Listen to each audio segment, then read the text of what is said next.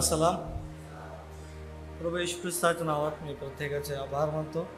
आपण सर्वजण या ठिकाणी आहोत देवाची भक्ती, प्रभूची आराधना करण्यासाठी.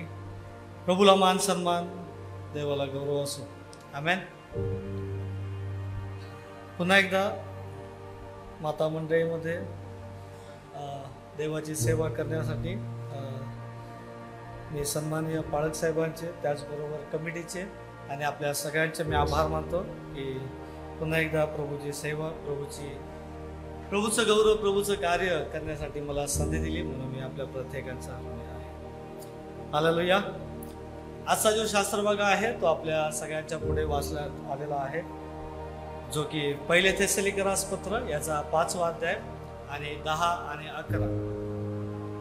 या शास्त्रभागामध्ये ज्यावेळेस आम्ही पाहतो, मुख्यतः 11वे जे वचन आहे, आम्ही आज या वचनावरती आम्ही मनन करणार आहोत, आम्ही पाहणार आहोत. आमेन.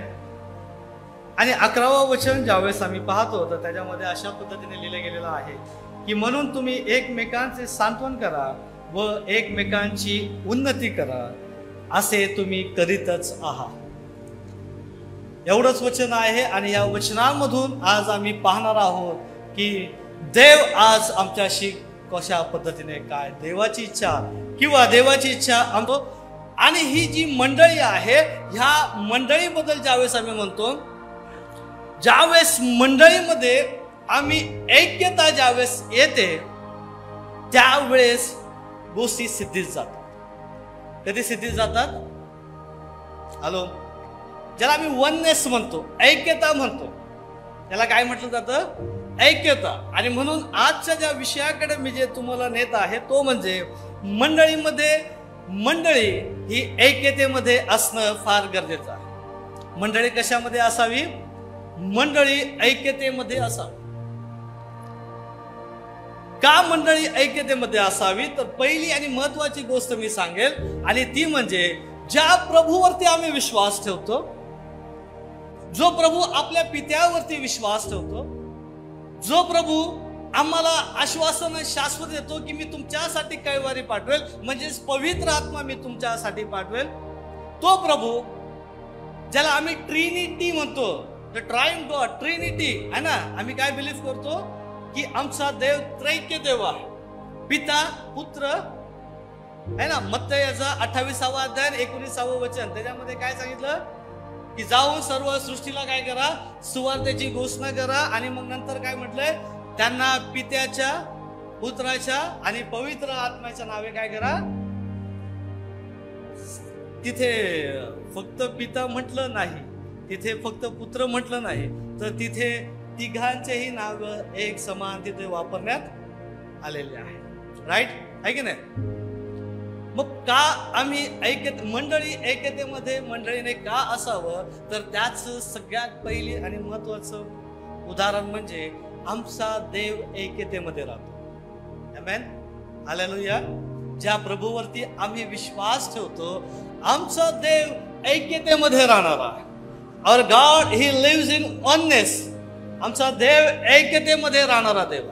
म्हणून ज्यावेळेस आम्ही उत्पत्तीचं पुस्तक याचा 1ला अध्याय आणि ज्यावेळेस 26वे वचन ज्यावेळेस वाचतो, तर त्याच्यामध्ये असं लिहिलेलं आहे की परमेश्वर त्या ठिकाणी काय म्हणतो की चला आपण आपल्या प्रतिरूपाचा काय करू? मनुष्य निर्माण करू. आहे की नाही? एक वचनी आहे का? अनेक वचनी? तिथे अनेक वचनी आपण. त्याचबरोबर जर आम्ही योहान शुभवर्तमान याचा 17वा अध्याय आणि 21वे वचन जर वाचलं, तर त्याच्यामध्ये देखील प्रभू येशू ख्रिस्त त्याच गोष्टीबद्दल सांगतो. तो म्हणतो की पिता, जसं तू आणि मी आम्ही एक आहोत, तसं तो म्हणतो की प्रभू माझी इच्छा, माझी विनंती आहे की ह्यांनी देखील एक राहावं. मला वाटतं ते आपण वाचूया. योहान शुभवर्तमान 17:21. त्या सर्वांनी एक व्हावे, हे माझ्या बापा, जसं तू माझ्यामध्ये व मी तुझ्यामध्ये, तसे त्यांनीही काय करावे? तुझ्यामध्ये एक व्हावे. हॅलो. आमचा देव, आमचा परमेश्वर, आमचा प्रभू येशू ख्रिस्त ज्याच्यावरती आम्ही विश्वास ठेवतो, प्रियानो, तो आमचा देव ऐक्यतेमध्ये राहतो. आमचा देव ऐक्यतेमध्ये राहणारा देव आहे. तो डिफरन्स तो क्रिएट करत नाही. हालेलुया. आणि म्हणून दुसरी गोष्ट आम्ही या ठिकाणी पाहतो, कारण आमचा ख्रिस्त हा ऐक्यतेमध्ये राहतो. आणि म्हणून दुसरी गोष्ट जी आहे की मंडळीने ऐक्यतेमध्ये राहणं गरजेचं आहे. म्हणून मंडळीला ऐक्यतेमध्ये राहणं गरजेचं आहे. कलशकरास पत्र याचा 1 अध्याय आणि 18 वचन आपण वाचूया. आमेन. काय म्हटलंय 1:18 मध्ये की तोच शरीराचे म्हणजेच मंडळीचे तो काय आहे? मस्तक आहे. कोण मस्तक आहे? जो ऐक्यतेमध्ये राहतो. इकडे लक्ष द्या. जो कुठे राहतो? ऐक्यतेमध्ये राहतो. आमचा प्रभू कशात राहतो? पुन्हा एकदा सांगतो, रिपीट करतो कारण की ते ध्यानात राहावं. आमचा प्रभू कशात राहतो? ऐक्यतेमध्ये राहतो. यस. आमचा देव ज्याच्यावरती आम्ही विश्वास ठेवतो, दिवस आणि रात्र ज्याच्या नावाने आम्ही प्रार्थना करतो, तो आमचा येशू ख्रिस्त, ज्याला आम्ही तारणारा म्हणतो, ज्याला आम्ही आरोग्यदाता म्हणतो. बायबल सांगतो तो ऐक्यतेमध्ये राहणारा देव आहे. तो कशात राहणारा देव आहे? ऐक्यतेमध्ये. आणि बायबल हेही सांगतं की तो मंडळीच्या वरचा तो काय आहे? मस्तक आहे. मंडळीच्या वरती तो काय आहे? तो मस्तक आहे. आणि मंडळी त्याच्या अधीन आहे. मंडळी कुठे आहे? मंडळी त्या ख्रिस्ताच्या जीवाला, आमच्या तन मनाला ही आनंद देणारी गोष्ट आहे. ज्यावेळेस मंडळीतील प्रत्येक जण आम्ही एकत्रित येतो. आमेन. आणि ज्यावेळेस मंडळी ऐक्यतेमध्ये येते, बायबल सांगतं ख्रिस्त त्या मंडळीचा मस्तक होतो. ख्रिस्त काय होतो? त्या मंडळीचा मस्तक होतो. आणि ख्रिस्त जर मस्तक आहे तर अजून एक वचन वाचू आपण. एफिसकरास पत्र याचा 1 अध्याय 22 आणि 23. आमेन. बायबल सांगतं की येशू ख्रिस्त हा मंडळीचा मस्तक आहे. आणि मंडळी ही ख्रिस्ताच्या अधीन असलेलं त्याचं शरीर आहे. आमच्या शरीराचं मस्तक आहे ना, आहे की नाही? आणि ते कार्य होतं. आता मी जे बोलत आहे, माझा मेंदू मला काय करत आहे? ते कमांड देत आहे. माझे हात हालत असतील किंवा तुम्ही जे बसलेले आहात, तुमच्या डोळ्याच्या पापण्या हालत असतील, या सगळ्या गोष्टी XYZ, हे सगळे आम्ही काय म्हणतो? हे कुठून चालतं? मेंदू पासून चालतं. म्हणजे आमच्या शरीराचा मुख्य भाग काय? मस्तक. मुख्य भाग काय आहे? मस्तक आहे.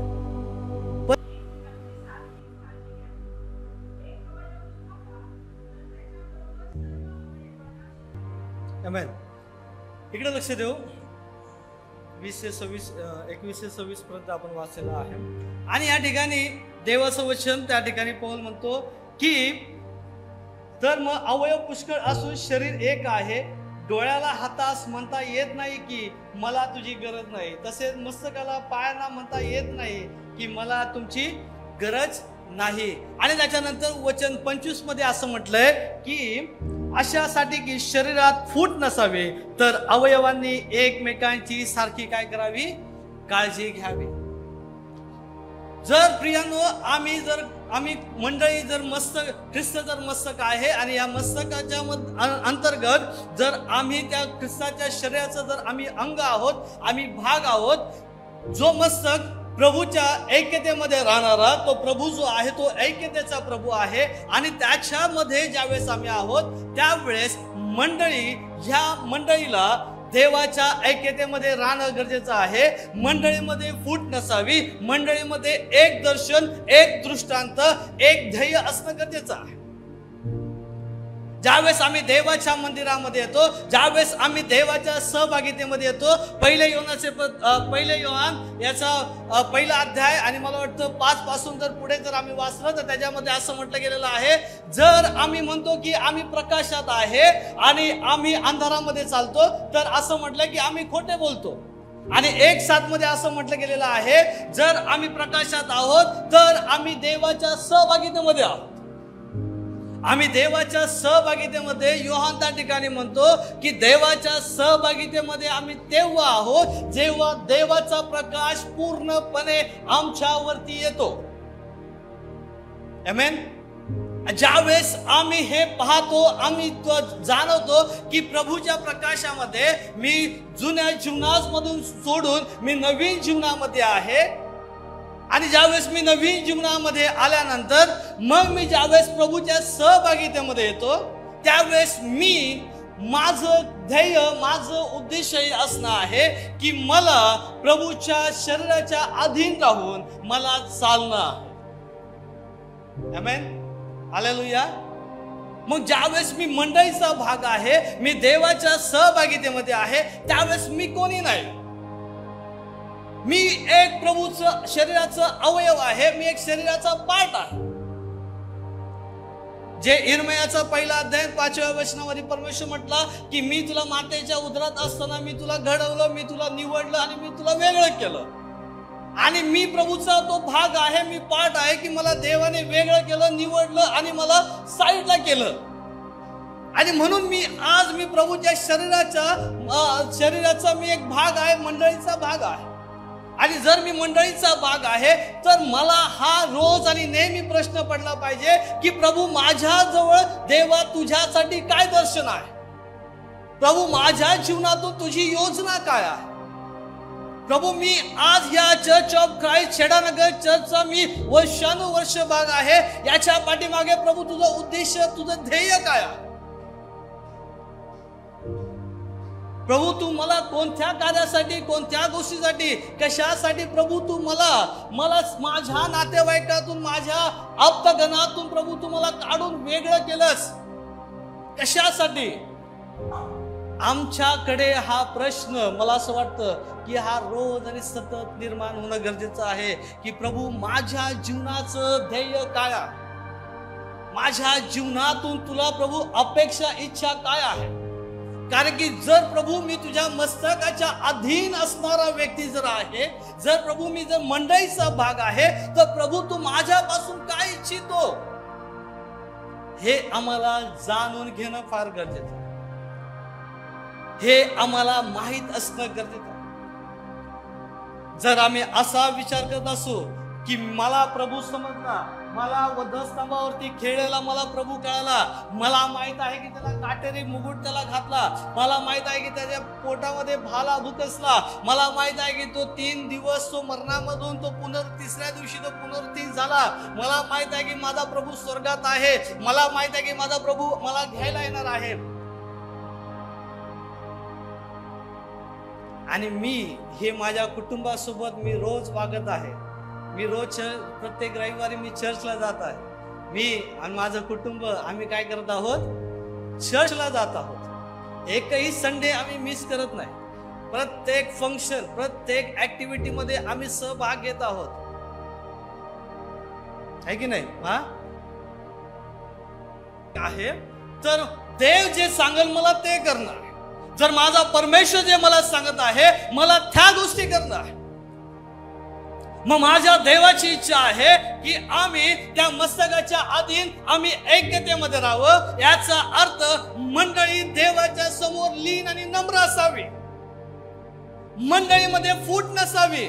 जसं इफिसकराच्या पत्रामध्ये जे आम्ही वाचला होता, पहिल्या कोरिंथकराच्या पुस्तकामध्ये जे आम्ही 12:25 मध्ये वाचलं की अवयवामध्ये काय नसावी, फूट नसावी, वेगळ्या विचारांचे आम्ही नसावे. आम्ही ज्यावेळेस देवाच्या मंदिरामध्ये आहोत, आम्ही ज्यावेळेस आमचं दर्शन आमच्या प्रभूचं राज्य आहे, तर त्यावेळेस आमच्या सगळ्यांची मतं एक असावी. मंडळी ही जसं प्रेषितांची कृत्याचा 2रा अध्याय 42व्या वचनामध्ये सांगितलं की मंडळी ही प्रेषितांच्या शिक्षणात, प्रार्थनेत, सहभागितेत आणि भाकर मोडण्यात तत्पर होती. त्याच पद्धतीने आम्ही ज्यावेळेस ख्रिस्त म्हटलेला जो मस्तक आहे त्याच्या अधीन ज्यावेळेस आम्ही येतो, त्यावेळेस आमच्या मंडळीमधून, आमच्या जीवनातून ह्या गोष्टी दिसणं गरजेचं आहे. आमेन. हालेलुया. आणि जी मंडळी ख्रिस्त म्हटलेल्या मस्तकाच्या आतमध्ये ऐक्यतेमध्ये राहते, ती मंडळी सफल द्राक्षवेली सारखी फुलते. योहान शुभवर्तमान याचा 15वा अध्याय 5वं वचन प्रभू येशू ख्रिस्त काय म्हणतो की जो फाटा माझ्यामध्ये राहतो तो पुष्कळ फळ देतो. जो फाटा ख्रिस्तामध्ये राहील, ख्रिस्ताच्या मस्तकामध्ये जी मंडळी आहे ती अनेक आत्मे जिंकते. महान मोठं संजीवन त्या मंडळीच्या द्वारे परमेश्वर घडून आणतो. अनेक नवीन लोकांची त्या चर्चमध्ये त्या मंडळीमध्ये भर येते. लोक आत्मे जिंकण्यासाठी रोज गुडघे टेकून रडून प्रार्थना करतात.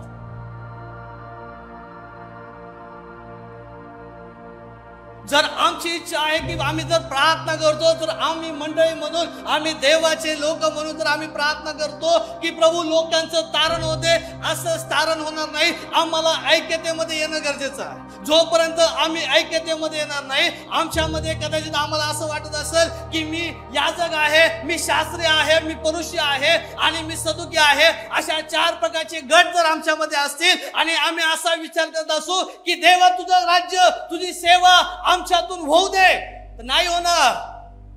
पुष्कळ चर्चेस आहेत, बंद पडत चाललेत, लोक कमी होत चाललेत, तिथं फळ वाढत नाही. फलद्रुपता दिसली पाहिजे. प्रत्येक झाड ते ज्यावेळेस हंगामामध्ये भरतं त्यावेळेस लोक म्हणतात की हे सफळ झाड आहे. पण जर त्या झाडाला जर फळ नसेल तर आम्ही म्हणतो याला दुष्काळ पडला, काहीतरी याच्यामध्ये प्रॉब्लेम झालाय. जर आमची मंडळी वाढत नाही तर याचा अर्थ मंडळी ऐक्यतेच्या बाहेर चाललेली आहे. आणि म्हणून आम्हाला गरज आहे की आम्ही देवाचो ख्रिस्त आमचा मस्तक आहे, त्या मस्तकाच्या अधीन आम्हाला ऐक्यतेमध्ये राहणार. आमेन.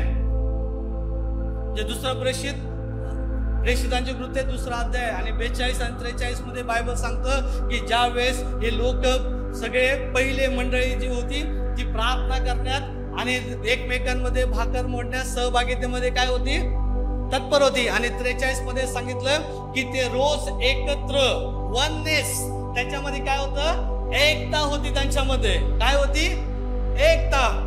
आणि बायबल सांगतं की ते रोज झटून प्रार्थना करायचे की देवा तुझं सामर्थ्य आमच्या द्वारे देवा इतरांपर्यंत पोहोचू दे जे आम्हाला मिळालं.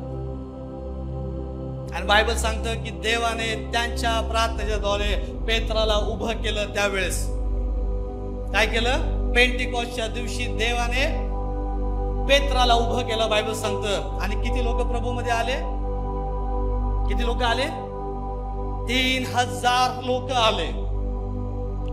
आणि त्याच्याच काही महिन्यानंतर, वर्ष गेले नाही, 10 वर्ष झाले नाही, 50 वर्ष झाले नाही, काहीच महिन्यानंतर बायबल सांगतं की पेत्र आणि योहान सुंदर नावाच्या त्या दरवाजा जवळ गेले. तिथं एक लंगडा भिकारी बसला होता. त्याला ते म्हटले, सोनं रूप आमच्याकडे काही नाही, पण जे आहे ते तुला देतो. येशूच्या नावात तू काय कर, उठ आणि चालू लाग. प्रेषितांची कृत्याचा 4 अध्याय 5वं वचन वाचा. त्याच्यामध्ये काय लिहिलंय, पेत्र आणि योहान अज्ञान होते, अडाणे होते, निरक्षर होते. कसे होते, प्रेषितांची कृत्य याचा 4 अध्याय 13वं वचन. त्याच्यामध्ये असं म्हटलं गेलंय, ज्या वेळेस त्यांनी त्या लंगड्या भिकाऱ्याला ज्यावेळेस बरं केलं त्याच्यानंतर वचन 5 मध्ये सांगितलं की तत्काळ दुसऱ्या दिवशी ते घडलं. आणि त्याच्या लगेच दुसऱ्या दिवशी आजच्या काळाला आम्ही म्हणू की एक इमर्जन्सी मीटिंग बसवली गेली. लिहिलंय वचन प्रेषित 4:5 मध्ये लिहिलंय की तत्काळ लगेच दुसऱ्या दिवशी सर्व त्यावेळेचे वरिष्ठ अधिकारी, प्रमुख याजक, मोठमोठे जेवढे होते ते सर्व एकत्र जमले. फक्त एकच गोष्ट घडली. काय घडली, तो लंगडा भिकारी बरा झाला आणि बाकीचे मोठमोठे अधिकारी, ते शिक्षित, ते प्रतिष्ठित, ते मोठे अधिकारी. कारण की बायबल हे 3 भाषांमध्ये जुना करार लिहिलं गेलं, किंवा बायबल पूर्ण जे लिहिलं गेलं ते 3 भाषेमध्ये लिहिलं, अरेबिक, इब्री आणि ग्रीक मध्ये. या 3 याच्यामध्ये बायबल लिहिण्यात आलं. आणि ह्या फक्त तेच लोक वाचू शकत होते ज्यांच्याकडे ते अभ्यास आहे, ज्यांच्याकडे अभ्यास आहे. पण जर वचन 13 ज्यावेळेस मी वाचतो तर तिथं असं लिहिलंय की पेत्र आणि योहान यांचं धैर्य पाहून त्यांना आश्चर्य वाटलं की हे अज्ञानी आणि निरक्षर, साक्षर नाही, निरक्षर लोक आणि हे आहेत. मग ते शुभवर्तमान मला वाटतं 4 अध्याय आणि 19व्या वचनामध्ये येशू ख्रिस्त पेत्रालाच म्हटलं होतं आहे की नाही, माझ्या मागे मी तुला काय करतो, माणसे धरणारे करतो. त्याने किती माणसे धरले? एकदा 3000 आणि एकदा 5000. पण हे सफळ झालं ऐक्यतेमध्ये. ज्यावेळेस मंडळी ऐक्यतेमध्ये आहे त्यावेळेस देवाचं कार्य पुढे जातं. आमच्याकडे गीत पण आहे उपासना संगीतामध्ये, हात पाय हलवा प्रभूचे कार्य पुढे चालतं, आहे की नाही. आमच्यातून देवाचं कार्य पुढे जाणं गरजेचं आहे. आमच्यामधून देवाची सेवा पुढे जाणं गरजेचं आहे. रेनॉल्ड बॉन्के जे साऊथ आफ्रिकेमध्ये देवाचे सेवक होते, परमेश्वराने त्यांना दर्शन दिलं आणि त्यांना सांगितलं की मी तुला काय करतो, साऊथ आफ्रिकेमध्ये पाठवतो, जा आणि मी तुझ्याद्वारे तिथं काय करेन, मोजता येणार नाही एवढ्या लोकांमध्ये मी तुला उभा करेन. ते गेल्यानंतर त्यांनी बघितलं की 10-15 लोक आहेत. एका पास्टर ते मिशनरी होते, त्यांच्या ओळखीने त्या ठिकाणी सेवा चालू केली आणि 10-15 लोक. ते म्हटले की मला देवाने सांगितलं की परमेश्वर माझ्याद्वारे इथं मोठमोठे क्रुसेड, मोठमोठ्या मिटिंगा, मोठमोठे सभा देव करून घेणार आहे. आणि मग ते गेले आणि म्हटले की प्रभू हे काय आहे. पण त्यांनी काय केलं, त्या जे आले त्यांना ऐक्यतेमध्ये आणलं. कशामध्ये आणलं? त्यांना ख्रिस्ताचा मस्तक त्यांना समजला, ऐक्यतेमध्ये आणलं. ते 10 असतील 20 असतील माहित नाही, पण त्या लोकांनी जाऊन काय केलं, काही वर्षातच, जवळजवळ 1.5 वर्षामध्ये देवाने त्यांच्याद्वारे अद्भुत कार्य तिथं करायला सुरुवात केली. मला वाटतं 2007 का 6 मध्ये BKC मध्ये मोठी मीटिंग झाली होती. कोणाची? काय त्या पास्टरांचं नाव? बेनहीन, आहे की नाही. आणि असं म्हटलं जातं की जवळजवळ 10 लाख लोक त्या मीटिंगला आले होते. किती लोक आले होते? 10 लाख लोक आले होते.